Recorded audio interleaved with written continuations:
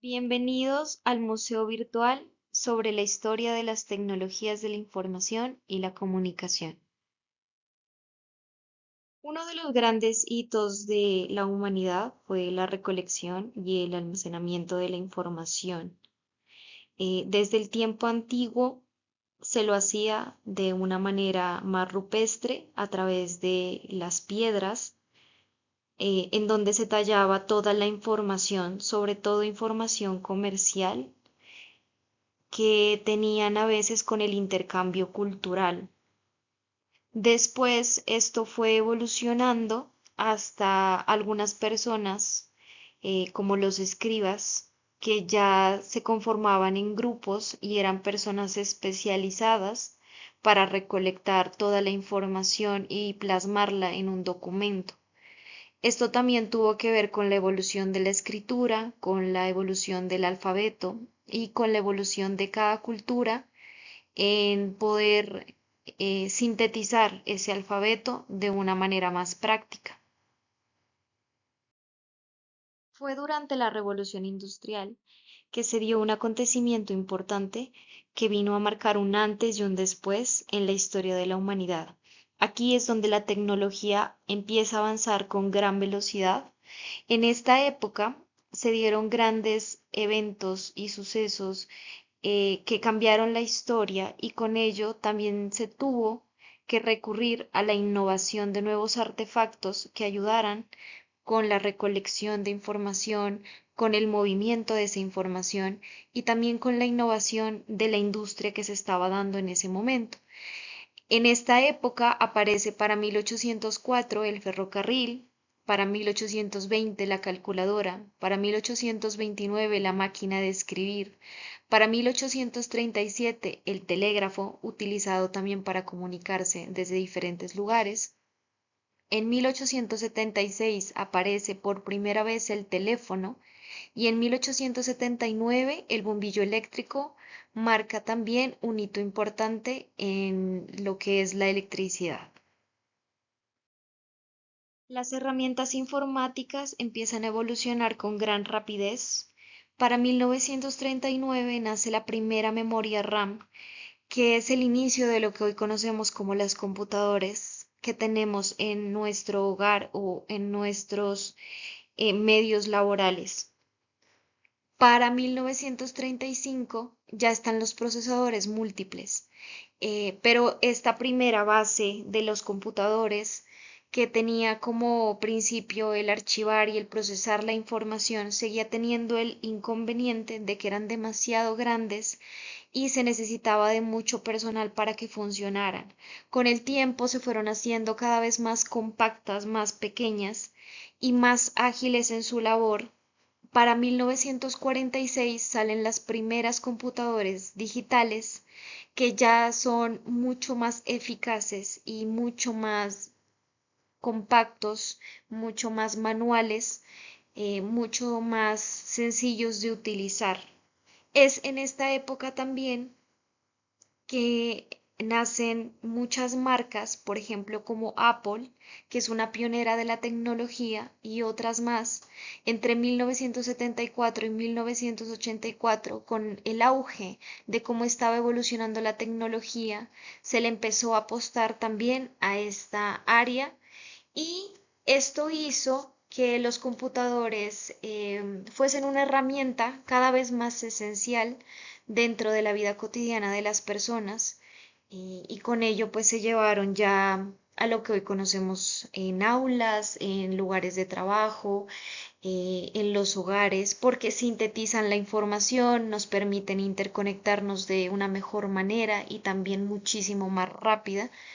Entonces han sido un antes y un después en la historia porque han promovido y han solucionado una situación que se tenía con respecto a la comunicación antes y con respecto a cómo se procesaba y se archivaba la información. El Internet tuvo su primera aparición en 1969 con el proyecto ARPANET, un proyecto que tenía como objetivo crear una red de comunicación militar, primeramente, pero este sistema conectaba computadoras en distintas ubicaciones para compartir datos y recursos.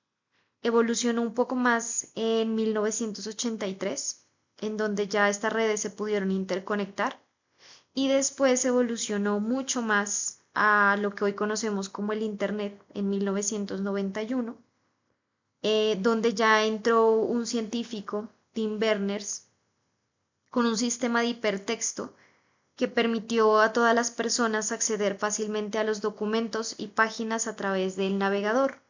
Este fue el impulso para lo que hoy se conoce como la red global de Internet. La evolución de las TIC fueron a la par también, y evolucionó muchísimo más entre los años de 1970 a los años 2000. Aquí se puede ver la misma expansión del Internet y de las tecnologías digitales, de la telefonía móvil, de la informática, y las TIC comenzaron a usarse para descubrir todas las tecnologías relacionadas con la gestión, el procesamiento y la comunicación de la información. En el año 2000 hay un auge de los dispositivos móviles y junto a ello también la evolución de las redes sociales, de tener mucho más a la mano un celular y también la interconexión con mensajes de texto, con llamadas, y las TIC se consolidan en esta época y después, ya como se volvieron parte de nuestra vida cotidiana, tanto en el entretenimiento como en la comunicación, como en todos los ámbitos que nos rodeaban poco a poco, se empieza a incluirla también dentro de la educación, en cómo podían ser herramienta de apoyo y ayuda para eh, las TIC se volvieron una parte fundamental de las aulas y del aprendizaje también.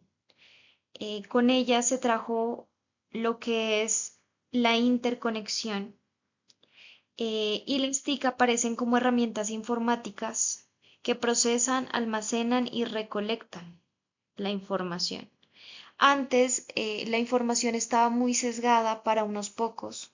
Hoy en día se facilita encontrarla con mayor rapidez y está adaptada también para que las personas puedan acceder a ella de una manera mucho más sencilla. Estas redes de comunicación también han permitido que se puedan crear espacios de aprendizaje, como por ejemplo las clases virtuales, que se puedan grabar videos, que se pueda grabar contenido y luego presentarlo, haciendo que también todas estas enseñanzas lleguen de pronto a lugares donde no es tan fácil el acceso y donde los estudiantes tal vez no puedan movilizarse. Entonces es una forma de inclusión también. También se puede crear con ella una red de conocimientos que genera muchas más oportunidades de aprendizaje.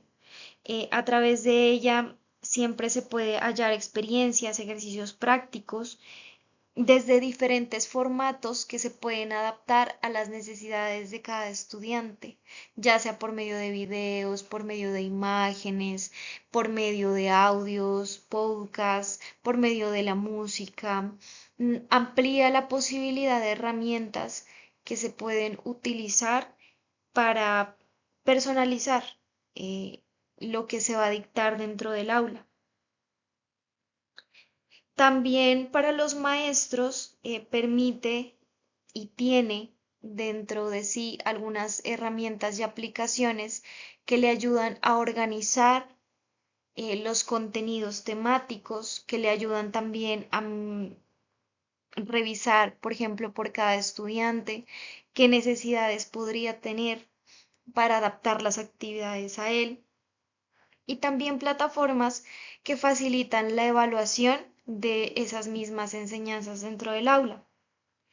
Esto permite la autonomía y la independencia del estudiante, promueve la colaboración entre maestros y alumnos, también entre los mismos alumnos, eh, también los espacios de intercambio intercultural, porque se puede aprender de otros lugares a nivel global, y nuevos métodos de aprendizaje que siempre incentivan en ellos la creatividad, la imaginación, el pensamiento analítico y la empatía. Parte de las TIC tenemos la web 2.0. En ella se promueve lo que es la web social, la inteligencia colectiva. Todos tenemos saberes, todos tenemos algo que aprender, algo que mostrar, algo que enseñar. Y la web 2.0 permite primero acortar los tiempos de comunicación, facilitando el proceso de la interacción entre los miembros. Su ítem más grande es intentar que las personas participen y que haya un trabajo colaborativo para que haya un buen proceso de desarrollo de metas de aprendizaje. El autor O'Reilly en 2005 habla de la arquitectura de la participación para explicar lo que es la web 2.0. La colaboración de las personas construyen contenidos que van alineados hacia las necesidades de esa misma comunidad. Entonces, permite esta herramienta crear, crear y colocar desde cada persona su propio aprendizaje para poder crear una red colectiva que tenga toda esa información. Uno de los recursos y herramientas de la web 2.0 de la que se habla es la forma de evaluación y también las propuestas pedagógicas. Se ha visto que no se pueden mantener con los cambios que hoy tenemos en día las mismas formas y los mismos métodos de evaluación que se venían trayendo. Los maestros antes de pronto asumían un rol de juez con respecto a la evaluación y eso impide que los estudiantes trabajen para seguir aprendiendo. El profesor hoy en día debe ser un guía, un diseñador de las actividades de aprendizaje al servicio de que ellos siempre quieran eh, aprender más, de que ellos se les incentive la curiosidad, de que ellos quieran participar más también. Evaluar los procesos de aprendizaje más no desde los resultados simplemente, sino durante todo el proceso del aprendizaje. Y para ello hay diferentes aplicaciones, diferentes herramientas, por ejemplo, para hacer encuestas, plataformas donde se pueden hacer casi que aulas virtuales, en donde se pueden ir dando los contenidos y se los puede evaluar en el momento con didácticas.